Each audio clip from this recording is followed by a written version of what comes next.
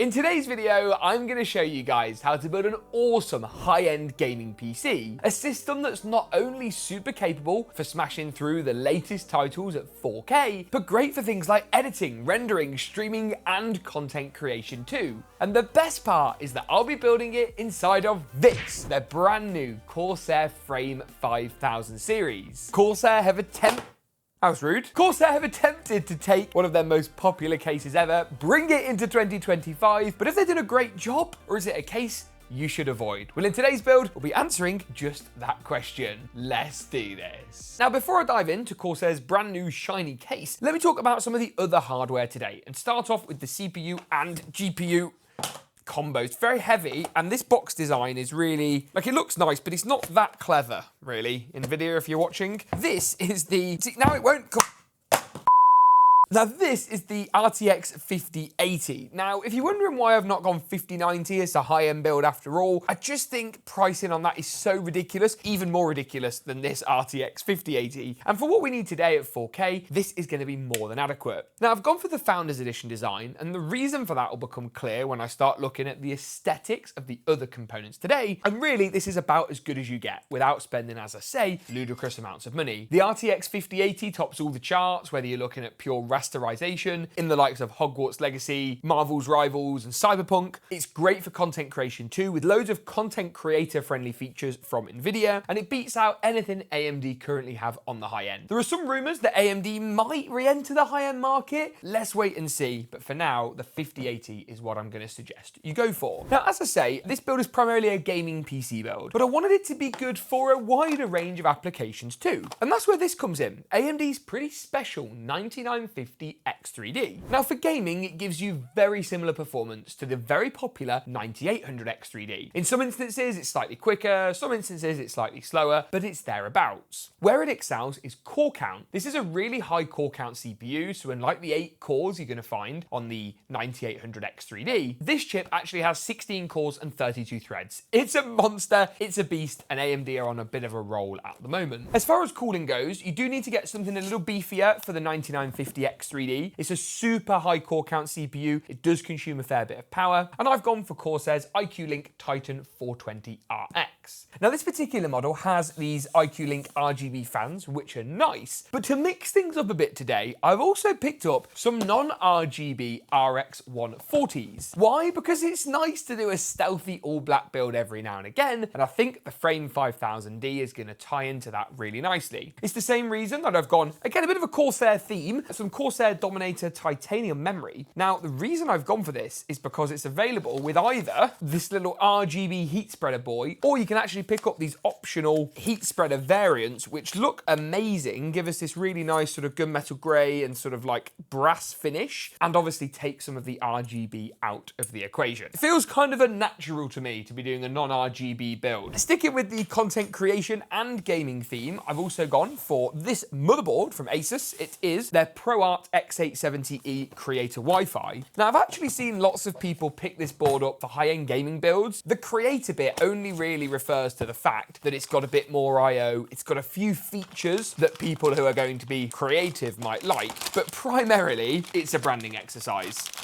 And for today's system, this thing has the gorgeous look, feel, and great feature set that we're going to want. Now, the rear I/O on this thing is very strong. That's mainly the creator upside. Wi-Fi 7, which is the nice, easy plug-in type. You get 2 Ethernet ports, 10 and a 2.5 gig, loads of high-speed USB 3s. And on the main board itself, we've got plenty of PCI 5 coverage and nice little quality of life features like a toolless NVMe drive that makes installing your SSD nice and easy. This is a standard ATX board. It does support CPU overclocking, and it's got bags of expansion for things like your memory, any sort of PCI cards you might want to add in here, and loads of M.2 slots too. In terms of the SSD, I've again gone for a pretty high-end component today. This is the Samsung 9100 Pro, and it's a Gen 5 NVMe, so it's going to take advantage of all the Gen 5 support on AM5 and X870. And I've gone for a 2TB model, but you can get it in 1, 2, or I believe 4TB capacities, and I'll link latest pricing for all the parts mentioned today down in the description below. Let's have a look, shall we, at the Frame 5000D.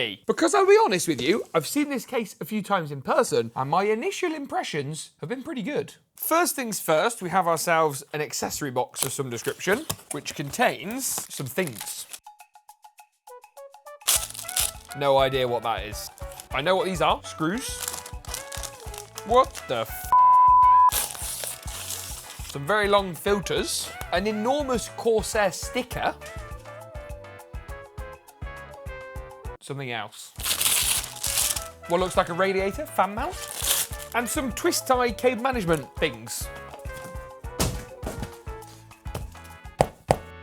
Look at that. I built with the original 5000 series quite a lot. And my first impressions of this are that it seems pretty big. Definitely feels bigger than the original. So we've got ourselves a tempered glass side panel here, which is pretty good. The tint on this as well, as you can probably see, is pretty clear, which I do like. This is the non-RGB model. So we've got a 140mm standard fan at the rear, 3 further 140mm at the front. Nice little features like a GPU support bracket. There's like a Corsair logo. You can mount fans on top of the power supply shield. We've got further intake here with a single thumb screw to actually take the whole panel off. That's quite clever. So it comes with a clear film inside by default. I guess that's if you want to optimize for airflow, you're not trying to allow intake here. You can actually lock that off while keeping the aesthetics. Pretty clever. I believe Corsair are also selling a screen module you can actually swap out on the bottom. The top panel has a little handle, which feels good. First test, panel flex, very little. Look at that, that is all good. The back side panel can also be fairly easily removed. Loads of cable tie-down points already. Room for side-mounted fans and intake over here if you change out one of the brackets. And then on the back, they've got this really cool feature where actually you can simply, I believe, use this pegboard style system to just add into place the cable management points wherever you want them, I think. That's quite clever. They just pop into place like that. That's then not going to come out. And I think if you want to remove it, you just pull the pin out and you can actually move these around as you wish. The pin system is a little bit fiddly. However, in practice, it actually works rather well. And that's going to give you loads and loads of flexibility when it comes to cable management. I was meant to be saying around the back here, we have all the cables stuff we need, all nicely pre-ran, all of our front panel cables over here. Now, in terms of the front panel, it's actually quite generous. You've got 4 Type A ports and a Type C alongside the power reset and headphone mic jack. And the cables come in this like power supply sheathing here, just to keep them a little bit more orderly from when they come in at the start of your case to actually, of course, here where you'll be plugging them in to your motherboard. Okay, so what I'm going to do at this stage is I'm going to do a little bit of case prep and just replace these fans out with these IQ Link versions, and then go ahead and install the CPU into the motherboard, the memory into the motherboard, and of course the SSD. Those of you watching this have probably built a PC before. This is nice and simple stuff. I'm also going to do some CPU cooler prep at this stage, and Corsair very kindly sent over their 420mm Titan RX. The big problem for the theme of the build today is that it has RGB fans, and they are not allowed. We are not doing any RGB today, so I'll need to change those, and I'm also going to do any prep for the CPU cooler mounting. I have a feeling that on AMD it's actually really, really simple and there's not a great deal to do, so I'll just change the radiator fans and crack on with the rest of the build. Then a simple case of sliding the motherboard in, ATX case, ATX board, everything is all nice and easy and very compatible. Slightly tight on the clearances on the right hand side though. These panels are actually fully removable, but it does indeed fit. He says, struggling. The motherboard fits and should rest on the raised center standoff. So 9 screws there and we should be good to go. On a slight tangent, the RAM actually matches the motherboard perfectly and I'm very happy with how that's looking. The next step is to install the radiator. Now I always tend to go for tubes at the front, and this 420mm can only be described with 2 words. It's a big boy. I do need to adjust the brackets at the top as they're actually built by default for 120mm configurations. This is their InfiniRail system, which looks really, really clean, helps to limit restrictions on airflow, and even allows for up to 160mm fans, which is pretty impressive. So I'm going to go ahead, move the InfiniRail system over a little bit, and then add the radiator in at the top. Once the radiator's in, I'm then just going to add the top panel back on, which slides into place nice and easily, and a couple of thumb screws secure it down. I'm then going to follow up with the AMD brackets, and they look a little something like this. You can see here you've got slightly longer, you've got those screw threads through the top and the bottom, and the advantage of this approach from Corsair is that once you take the existing water block, remove the plastic cover, take off the pre-installed Intel brackets, there's actually no additional bracketry needed to secure this onto the CPU. It's literally as simple as lining it up and screwing it down. That might be the easiest AMD CPU cooler mounting I've ever used, which is great.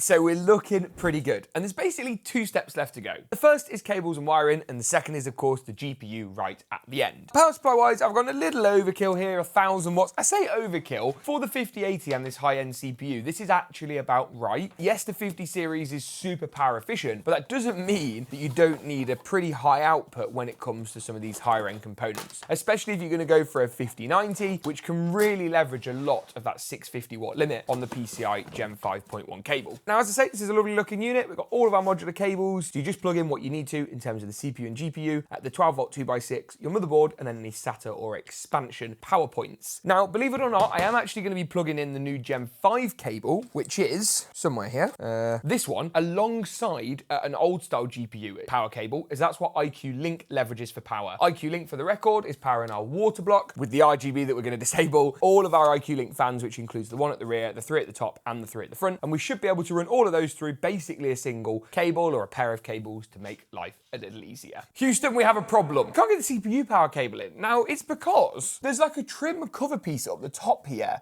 which is basically making the existing small grommet pretty much impossible to feed through. I probably should have read the manual and removed this first, but I've never had a case before where you can't get the CPU power cables in without taking bits out before you install. It's a bit weird, unfortunately. And I think the only way I'm gonna get this bracket out, take out the whole radiator. Oh,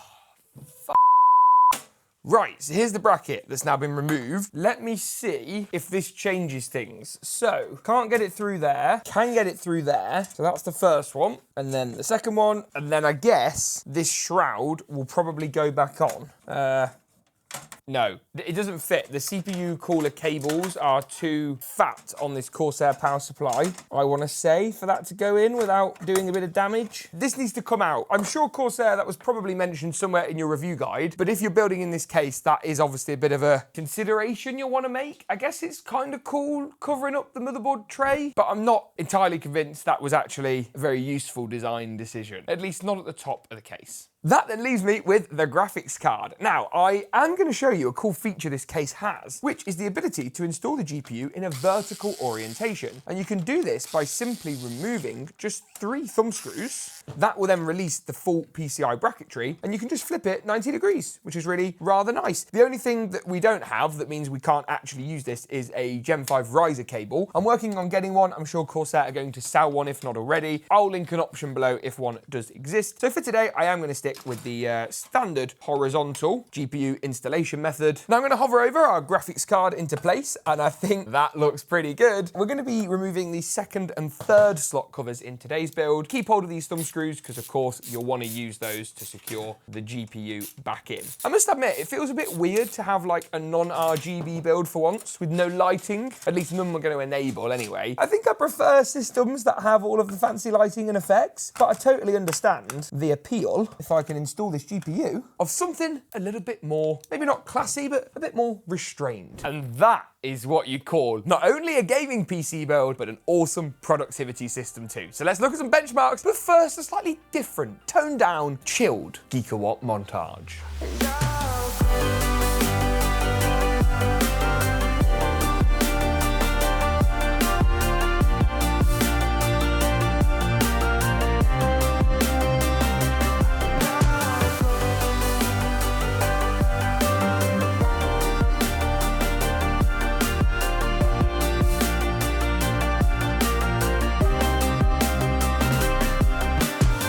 Awesome, so a slightly different aesthetic, a little bit more restrained, but what do you guys think? Now, in terms of performance, I'm really happy to report that in gaming, predominantly at 4K, this system stacks up really well. You can see a summary of the results we gathered on your screen now, but a closer look into certain titles, starting off with Cyberpunk, where we actually got the lowest FPS of all at 4K high, just shy of 90 frames per second, all the way through to the likes of Call of Duty's Black Ops 6 Zombies, which clocked in 112 FPS, again at that 4K high preset, and even Apex Legends, which when maxed out at that 4K resolution, still delivered 278 FPS on average. Say what you like about the 5080, but it's an incredibly powerful GPU, and one that for most people will represent fantastic performance at 1440p and especially 4K. What do you guys think of this build? Let me know in the comments down below. Get subscribed if you're not already. Thanks for watching, and as always, we'll see you in the next one.